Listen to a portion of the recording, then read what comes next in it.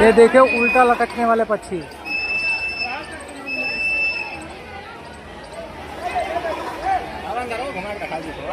ये देखिए पक्षी दिखाई दे रहे हैं आपको, ये एकदम उल्टा लटके हुए हैं। देखो ये जो पीला पीला दिखाई दे रहे हैं ये पक्षी ही हैं। अब आप लोग कमेंट करके इनका नाम बताइए कौन से पक्षी हैं, क्योंकि सभी पक्षी तो पेड़ों पर सीधा लटकते हैं और ये उल्टा लटके हुए हैं। आप लोग ध्यान से देखिए और कमेंट करके बताइए कि ये कौन पक्षी हैं जो पेड़ों पर उल्टा लटकते हैं। देखिए कितने पक्षी लटके हुए हैं, देखो पूरे पेड़ पर ये उल्टा लटकने वाले पक्षी हैं।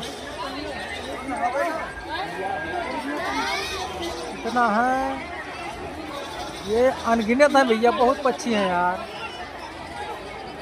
ये पेड़ों पर उल्टा लटके हुए हैं देखो। अब आप लोग कमेंट करके इनका नाम कमेंट बॉक्स में लिखिए और बताइए कौन से पक्षी हैं।